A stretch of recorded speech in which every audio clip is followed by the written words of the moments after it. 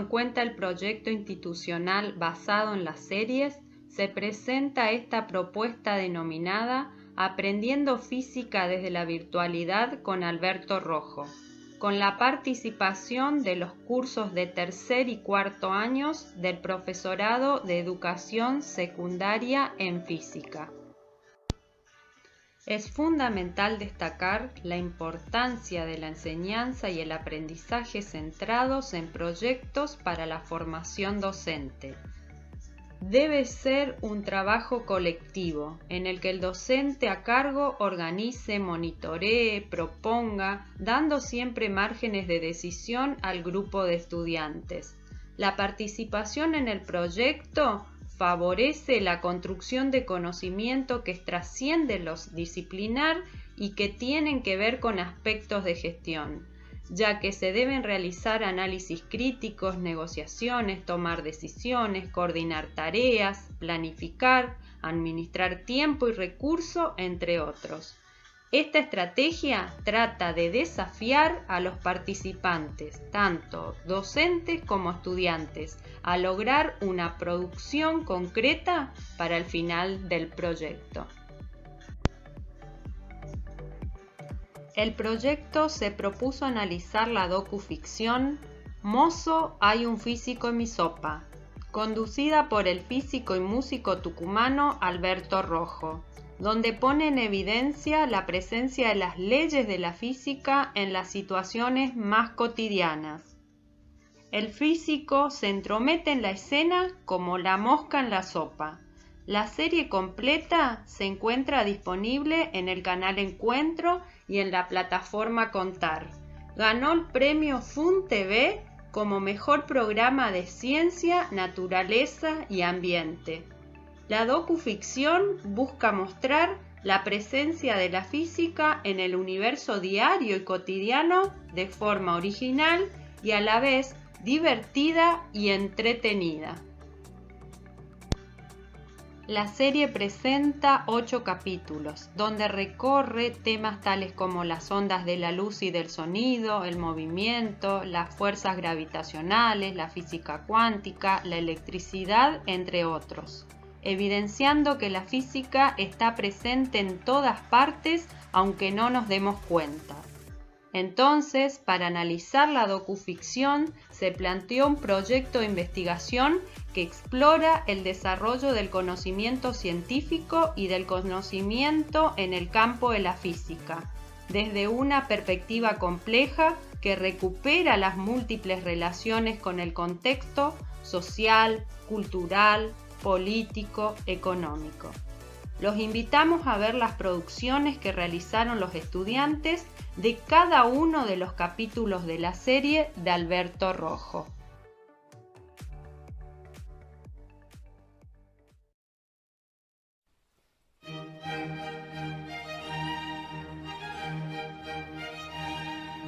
Veo que estás interesada en los planetas. Sí, ¿puedo hacerte algunas preguntas? Sí, claro que sí. ¿Los planetas se mueven o están quietos? Sí, justamente de eso quería hablarte. En el año 1600, el astrónomo y astrólogo Johannes Kepler descifró leyes sobre el movimiento de los planetas. Siguiendo el modelo de Copérnico, de que los planetas giraban en órbitas alrededor del Sol y no de la Tierra. Escuché que dijiste órbitas. ¿Me podrías decir qué son? Las órbitas son las trayectorias de los planetas, es decir, el camino que recorre cada planeta alrededor de nuestra estrella Sol. Ah, entonces se mueven formando círculos. No círculos exactamente. Los planetas se mueven alrededor del Sol describiendo elipses. Una elipse son infinitos puntos que equidistan dos centros llamados focos. Uno de nuestros focos es el Sol. Otro aporte importante de Kepler, en una de sus leyes, deduce que la línea imaginaria que une el Sol con la Tierra describe áreas iguales en tiempos iguales. Para que esto se cumpla, la Tierra, cuando pasa cerca del Sol, lo tiene que hacer a una mayor velocidad y más lento cuando está lejos.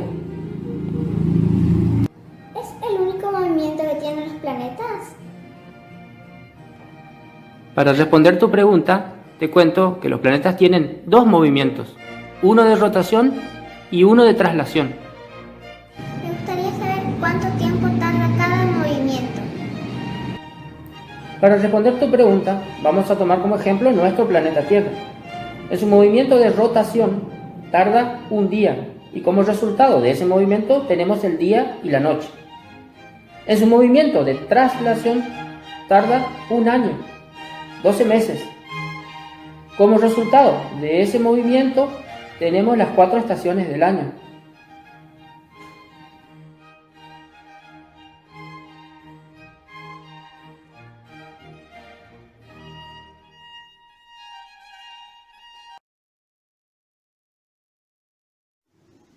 Hola Benito, ¿cómo estás? Ay, no sabés, tengo algo que contarte. Hace tanto que no nos vemos que tengo algo para contarte. Hola, Ma, ¿cómo estás? Sí, ¿qué pasó? ¿Sabes una cosa? Que con las chicas del grupo estuvimos pensando, una vez que pase toda la pandemia, hacernos un viaje todas juntas. Y ya estuvimos mirando paquetes de turismo para cuando pase todo.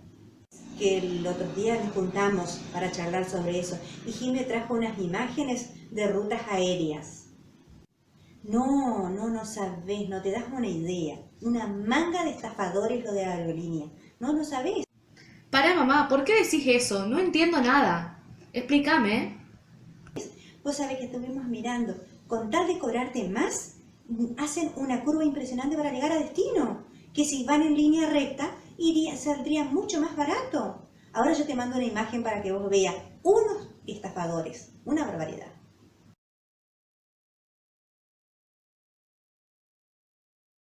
No, Ma, el efecto Coriolis. ¿Y eso? ¿De dónde salió? ¿Qué es? No me venga con eso. Es una vivada de aerolínea. Para mí es eso. Nada que ver eso. No, Verónica, no. Un efecto que surge a raíz que cuando el plano sobre el cual está suspendido un objeto rota. Y así, de esa forma, al recalcular su vuelo, lo que hace es calcular el desvío que va a tener ese avión para poder llegar de una ciudad, o sea, de la ciudad de origen a la ciudad de destino. Porque si el avión hace, como piensan vos y las chicas, si va en línea recta, digamos, no va a llegar a destino por la rotación de la Tierra, mami. Ah, sí, ahora sí entiendo. Ahora que vos me explicás, entiendo, sí, hija. De última, podrías echarle la culpa a la Tierra y sus movimientos. Hola, mami. Hola, hija, ¿cómo estás? ¿Qué hacías? Estoy haciéndote de burrito. ¿Querés? No, eso a mí no me gusta. Ah. Ahora que vos estás haciendo con las hojitas más, te voy a explicar algo. Sí. Que es otro fenómeno físico. Ay, la otra vez era los aviones, ahora con las hojitas. ¿Qué pasa con las hojitas? Se llama la paradoja de las hojas de té. Sí, es una hoja de té porque estoy por tomar un té. ¿Por qué sucede eso? Porque cuando el líquido rota, aumenta su altura en los bordes.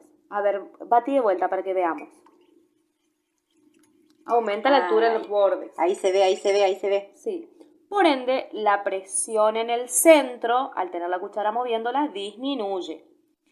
Y cuando vos dejas de batir, lo que hace es que la fuerza que existe en el centro de atracción hace que las hojitas de té se vayan hacia el centro.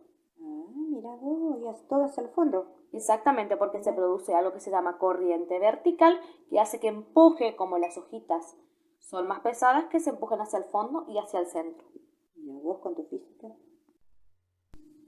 Ay, ustedes los jóvenes y todas estas cosas. No, mami, todas estas cosas no. Esto es física, en la vida cotidiana. Ay, no me podés. Ay, me pateaste. Bueno, mami, ese es otro fenómeno, te lo explico. No, la próxima, chao, me vemos. Voy. ¡Ay! ¡Ah!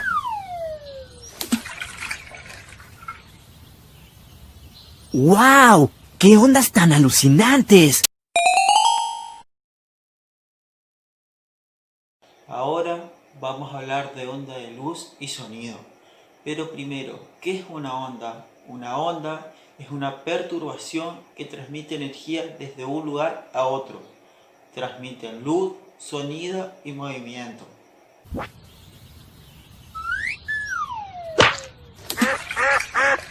Las ondas transmiten energía, pero no transportan materia. En nuestro ejemplo, el movimiento se propaga, pero no se desplaza. Esto se produce como consecuencia de las oscilaciones o vibraciones de la materia. Las ondas funcionan como un patrón que se repite. Cuando se provoca una perturbación, las vibraciones hacen que se transmita energía a la siguiente, a la siguiente y a la siguiente.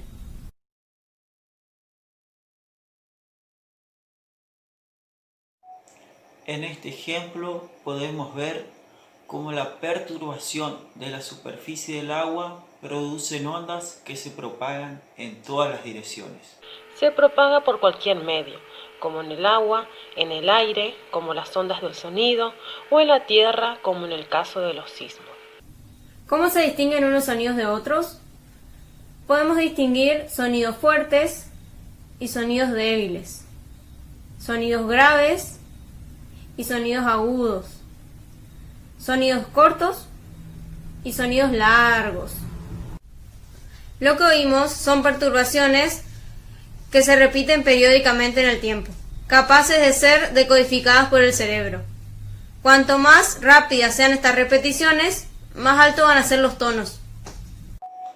¿Y si el emisor está en movimiento? Pregunta que se planteó Christian André Doppler.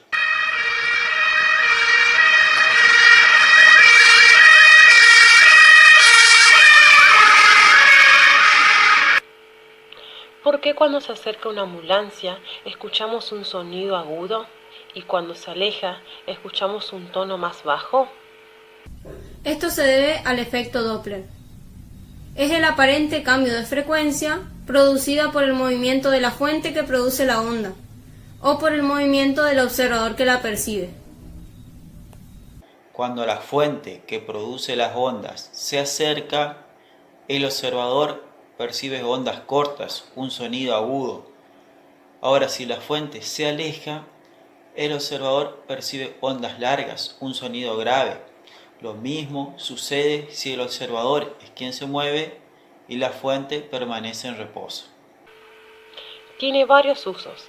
En la astronomía, el efecto Doppler se utiliza para calcular la velocidad de una estrella y saber si se acerca o se aleja de la Tierra.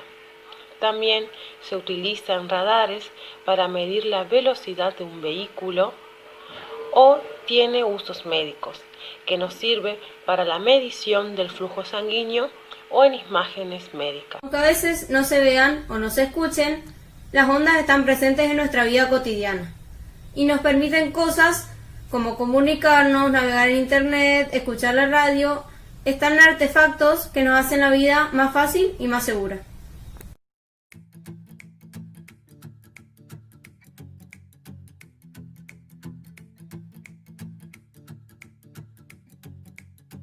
Lo que nos interesa en este capítulo es demostrar por qué se fisuran los materiales, pero todo tiene una explicación para el mundo de la ciencia.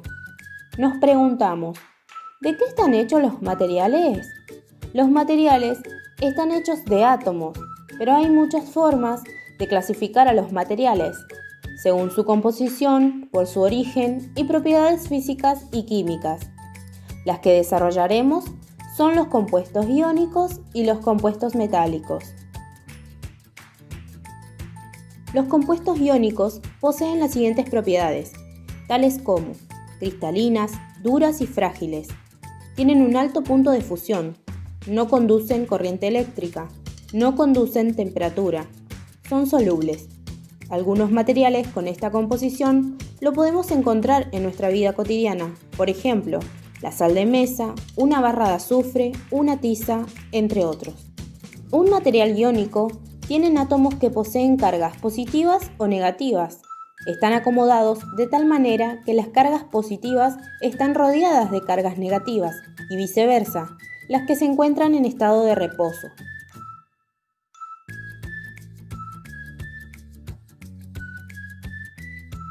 Al realizar una fuerza externa en el material, se enfrentan cargas eléctricas de igual sentido, creando así una fuerza de repulsión entre los átomos, ocasionando la fractura del material. Los compuestos metálicos poseen las siguientes propiedades: son buenos conductores de calor y electricidad, son dúctiles y maleables, a temperatura ambiente en su mayoría son sólidos. En estos materiales, los electrones no están cercanos al núcleo de los átomos, sino que se desplazan por todo el cuerpo, lo que denominamos nube electrónica. Al realizar una fuerza externa en el material, las cargas eléctricas no tienden a enfrentarse, sino que se desplazan la fila de electrones, sin realizar una fuerza de repulsión y por lo tanto no se fractura el material. ¿Una grieta en la superficie terrestre es una fisura? Sí. En ambos casos se basa en la separación de dos materiales en un cuerpo sólido. Hay dos tipos de grietas en la superficie terrestre. Las grietas de contracción son fisuras relativamente anchas respecto a su longitud, que se producen al contraerse el suelo o una roca. Un ejemplo claro son las placas de nuestro planeta, el cual en un comienzo eran completamente líquido y se fueron solidificando con el pasar del tiempo, desde la capa exterior hacia la interior. Al disminuir su temperatura ocurre un fenómeno de contracción, dando lugar a grietas, las cuales llamamos placas tectónicas, y estas se encuentran en continuo movimiento. Cuando dos placas chocan, se acumula una gran cantidad de energía y cuando se liberan en forma de onda se produce el terremoto, lo que hace temblar la superficie de la Tierra. Tras la aparición de un terremoto, las placas tardan un tiempo en estabilizarse y se continúan produciendo más terremotos, pero de menor intensidad, lo que se conoce como réplicas.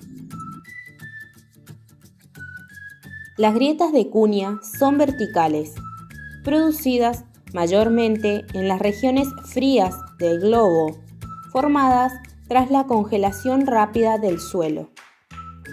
Un claro ejemplo son los glaciares, que es común que se formen cuando el hielo se haya sometido a esfuerzos de tracción que superan su plasticidad.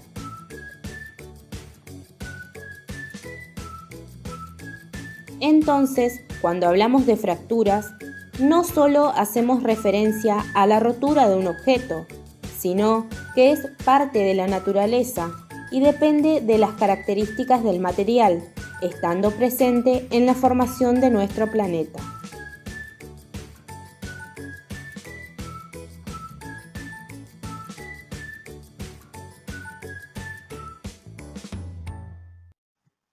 Capítulo 4. Electricidad. ¿Qué es la electricidad? La electricidad es un conjunto de fenómenos producidos por el movimiento y la interacción de cargas eléctricas positivas y negativas de los cuerpos físicos. La carga eléctrica es una fuerza que posee una partícula subatómica, ya sea protón, neutrón o electrón, y que influye sobre otro protón, neutrón o electrón, ya sea atrayéndolo o repeliéndolo. La repulsión que se presenta a las cargas eléctricas de igual signo es billones de veces mayor que la atracción gravitatoria que poseen. Entonces, podemos decir que la fuerza eléctrica es muchísimo más grande que la fuerza gravitatoria. Si bien la electricidad es invisible, como en el caso del sistema nervioso, donde las células para comunicarse entre sí utilizan señales eléctricas, en algunos casos es posible verla, como por ejemplo en los rayos de una tormenta. Existen materiales capaces de conducir la corriente eléctrica, los cuales se los denomina materiales conductores, como por ejemplo el cobre, la plata, oro, aluminio, latón, bronce, metal galvanizado, acero, hierro, entre otros. También algunos líquidos compuestos, como lo son los ácidos, bases y sales disueltas, y hasta nosotros mismos.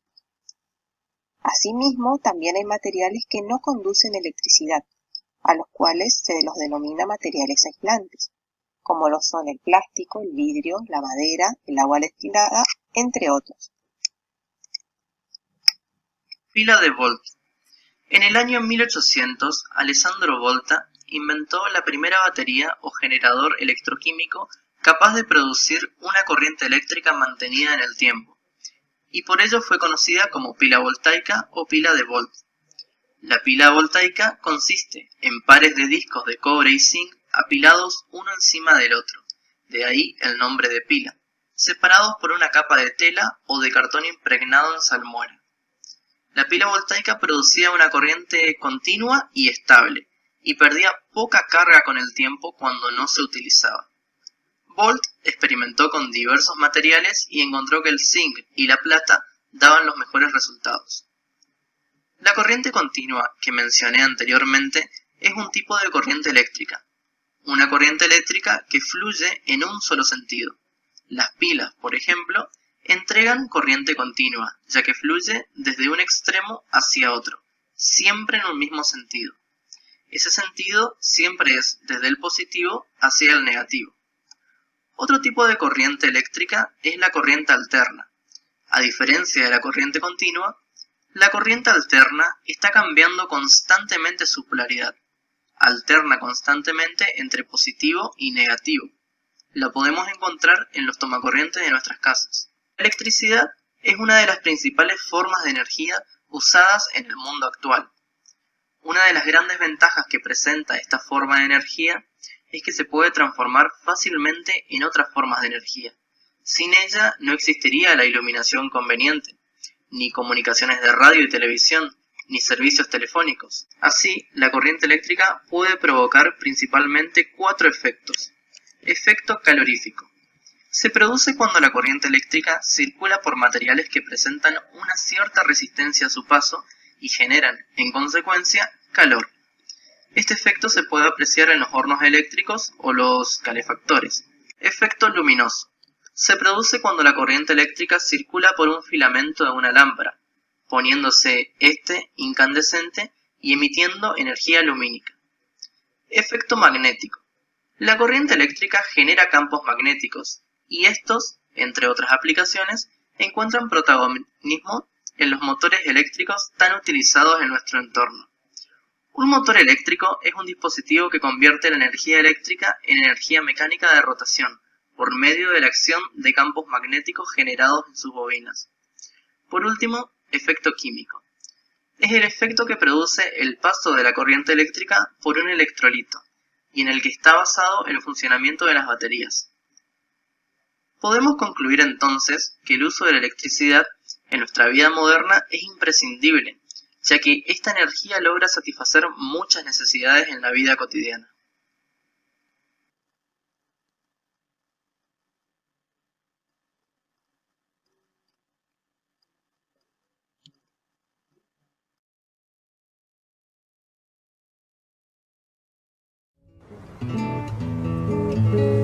Al nombrar te digo escarcha, fuego dormido. ¿Alguna vez te preguntaste por qué el océano se comporta de esa manera? Calles y esquinas mojadas, ¿Por qué rompen las olas en la costa? con lágrimas de ciudad. ¿Por qué las mareas suben Lluvia y que bajan? se eleva en flores, primavera, espuma y sal. O tal vez, ¿cómo se forman los tsunamis? Al nombrar te digo nubes, sabia naufragio. ¿La física nos puede ayudar a entender la naturaleza? Arroyo que luego es vino. A continuación, vamos a explicar por qué suceden estos fenómenos.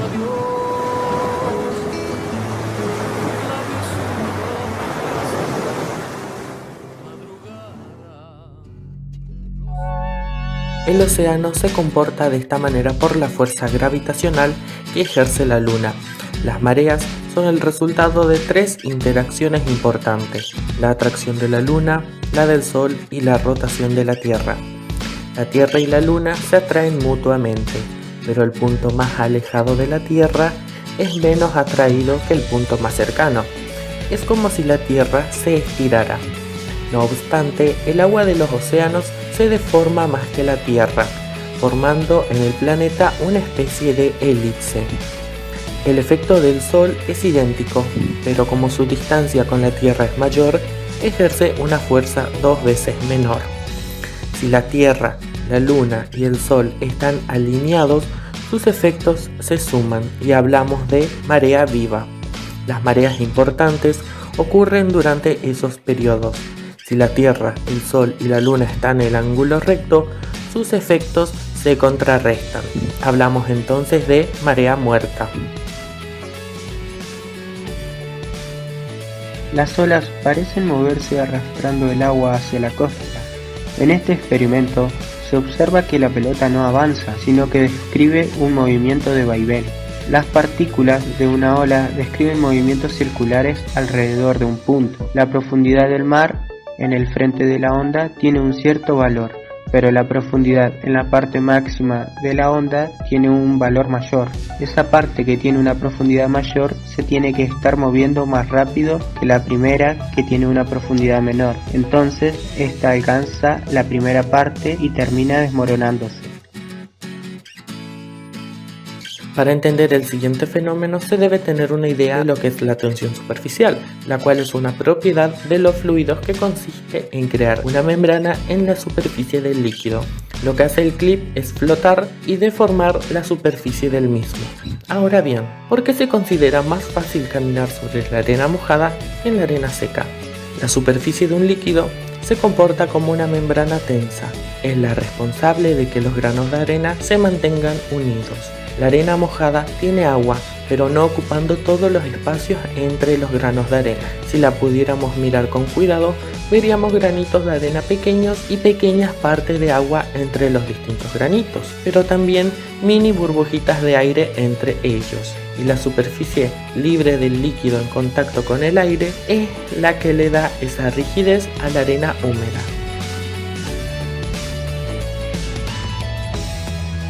La mayoría de los tsunamis son originados por terremotos de gran magnitud bajo la superficie acuática. Para que se origine un tsunami, el fondo marino debe ser movido de manera abrupta en sentido vertical, de modo que una gran masa de agua del océano sea impulsada fuera de un equilibrio normal.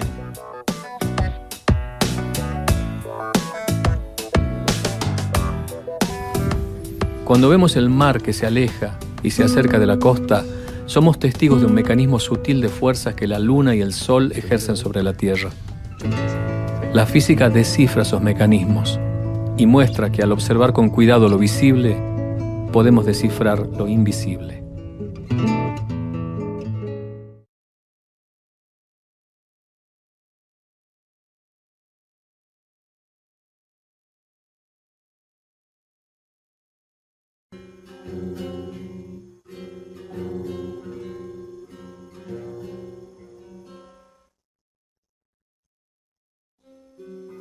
Él es Pablo. ¿Cómo hará para asistir al examen de guitarra y a la clase de teclado al mismo tiempo y en dos lugares diferentes a la vez? Bueno, en el mundo macroscópico él va a tener que tomar una triste decisión, pero en el mundo microscópico de la mecánica cuántica esto es posible. Veamos el caso del electrón en el siguiente experimento de la doble rendija. Cuando arrojamos pequeñas esferas sólidas a través de una rendija, se puede observar cómo forma el siguiente patrón en pantalla, formando una franja coincidente con la rendija. El mismo fenómeno se puede observar cuando usamos dos rendijas, esta vez con dos franjas. Al momento de arrojar pequeñas partículas, en este caso electrones, repetimos la misma experiencia con una rendija, el patrón no cambia. Sin embargo, al utilizar dos rendijas se forma en pantalla un patrón de interferencia propio de una onda.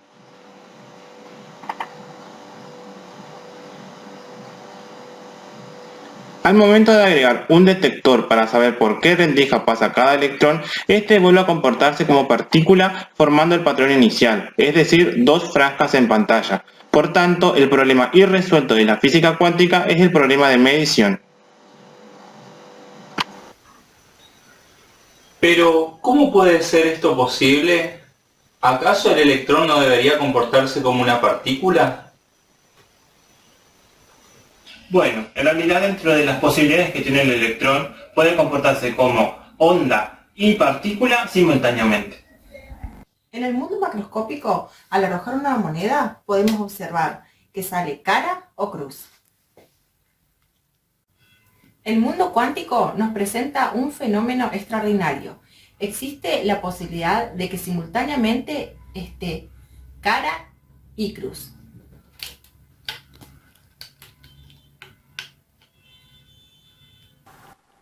Así, en 1905 se inicia la física cuántica con Albert Einstein y su naturaleza corpuscular de la luz, ¿sí? De esta manera y los paquetes o cuantos de energía de Planck. Así vamos a ver que entre Louis de Broglie y lo que es Erwin Schrödinger unifican las posturas corpusculares y por otra parte ondulatorias bajo una misma teoría que es la dualidad onda-partícula. Vamos a ver que desde la física cuántica la energía no se transmite en forma continua, sino en forma discreta y discontinua. Así, en la física cuántica ya no se habla más con exactitud de la posición y velocidad de una partícula, sino que en todo caso hablamos de incertidumbre, bajo lo que es el principio de incertidumbre de Heisenberg. De esta manera vamos a ver también que con los aportes de Hugh Everett III dice que el mundo es un laberinto temporal, y en cada decisión y cada medición vamos a ver que se crean tantos universos posibles y conviven simultáneamente como en todo caso decimos alternativas hay. Así la física cuántica parece bastante abstracta, pero vamos a ver que en realidad tiene útiles aplicaciones, tales como la energía nuclear que se aprovecha de la ruptura o de la fisión del átomo de uranio. Parte de la energía que se libera se utiliza en los reactores de potencia para el suministro de electricidad, en tanto que los neutrones desprendidos durante la fisión se utilizan para producir varios isótopos en los reactores de investigación, utilizados en medicina nuclear, tales como radioterapia, tomógrafos, resonancias magnéticas y también otros usos que están presentes en pantallas de alta definición, paneles solares, celulares, la electrónica y en la llamada computación cuántica. La física cuántica nació gracias a un intenso esfuerzo colectivo que llegó a un cuerpo de ecuaciones con una asombrosa virtud de predicción y un acuerdo milimétrico con las experiencias. Pero para algunos esta es una teoría incompleta que será superada por otra más abarcadora. Alberto Rojo, físico argentino.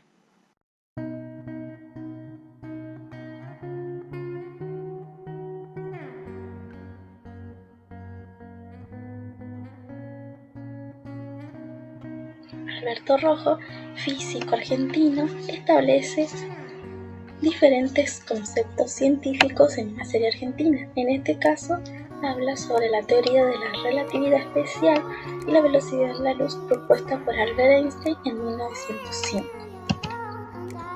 Él establece que tanto el tiempo como el espacio son relativos.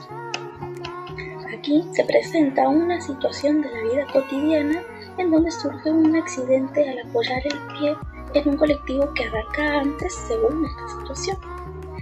Aquí presenta la existencia de la simultaneidad, que supone una relación entre dos al mismo tiempo.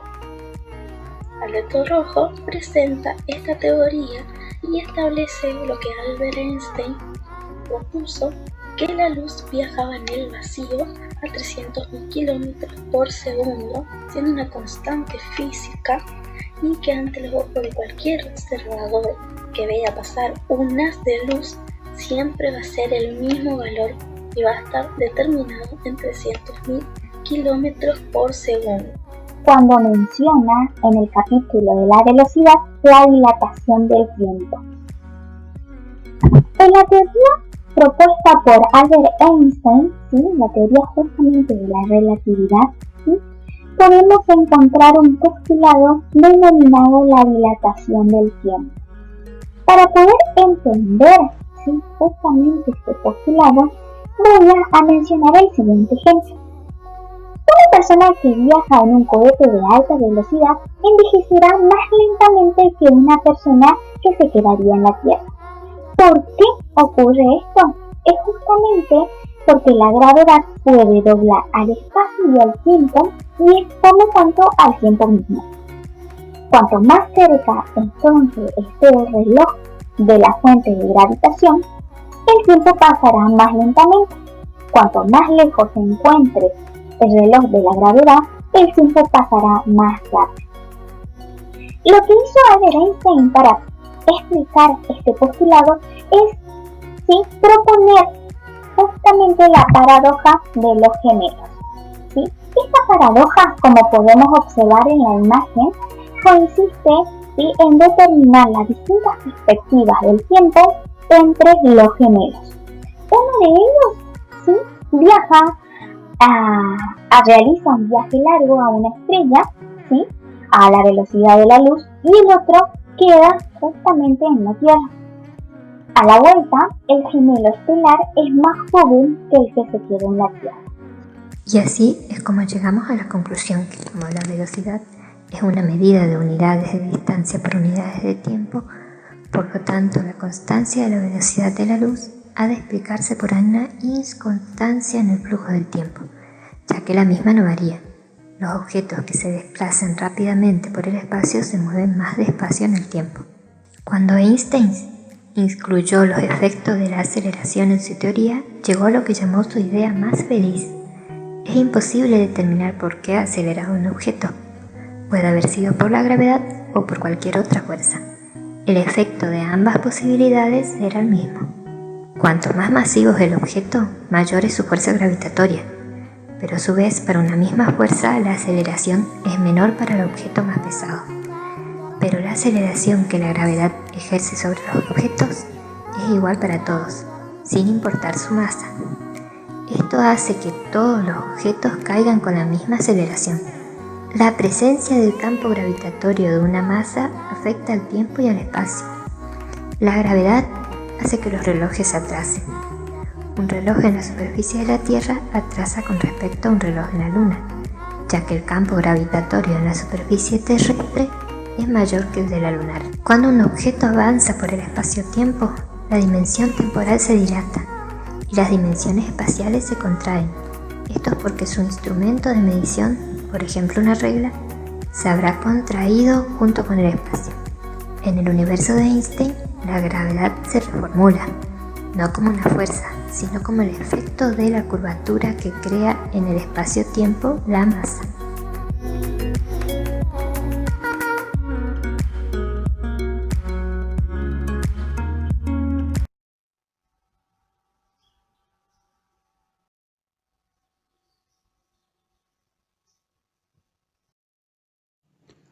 En el capítulo 8 trata acerca de un homicidio por resolver, en el cual no hay pistas aparentes. En este momento es cuando interviene el físico Alberto Rojo, explicando que existe una rama de la física que se encarga de estudiar los tipos de problemas que se pueden dar en una escena del crimen, para ayudar a resolver la misma. Esta rama de la física se llama física forense.